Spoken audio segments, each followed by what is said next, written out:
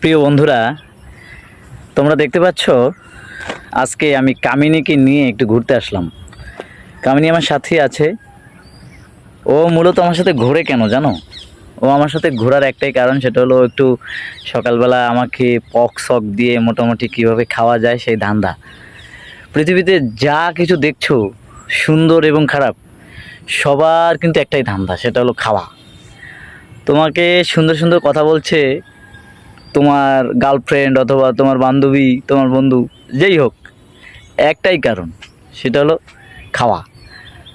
তোমাকে ভুলিয়ে ভালিয়ে তোমাকে পক শক দিয়ে মোটামুটি কীভাবে খাওয়া যায় সেই ধান্দাই কিন্তু সবাই করতেছে। আর ঠিক সেভাবেই আমার কামিনী, সেও কিন্তু মোটামুটি ধান্দা করে যাচ্ছে। মূল বিষয় হলো, তোমরা ভাবতে পারো একটা কাউয়া কীভাবে পোষ মানে। আরে ভাই, পোষ মানার কারণ তো একটাই, খাওয়া। সে যদি কষ্ট না করে খেতে পারে, এই সুযোগ কি কেউ হাতছাড়া করে বলো? অনেক সময় দেখো একটা কুকুর মানুষের পিছনে পিছনে পিছনে পিছনে ছুটছে, কেন জানো? ধান্দা কিন্তু একটাই, খাওয়া।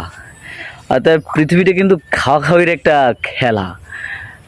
যে যাকে খেতে পারে, যে যাকে পগায় সগায় খাইতে পারে, এই চিন্তাভাবনা নিয়েই কিন্তু সবাই সবাই সাথে থাকে। নাইলে এই বনে উড়ে বেড়াবে যে কাব্যটা, সে কাব্যটা আমার কাঁধে থাকার কোনো কথাই না। অনেকে মনে করে টেম করছে, পোষ মাছের। ভাই, পোষ মানে নাকি? কেউ কাউকে ওইভাবে কখনো রেখে দিতে পারে না। ভালোবাসা কিছুই না ভাই, এর পিছনে একটাই কারণ, সেটা হলো খাওয়া।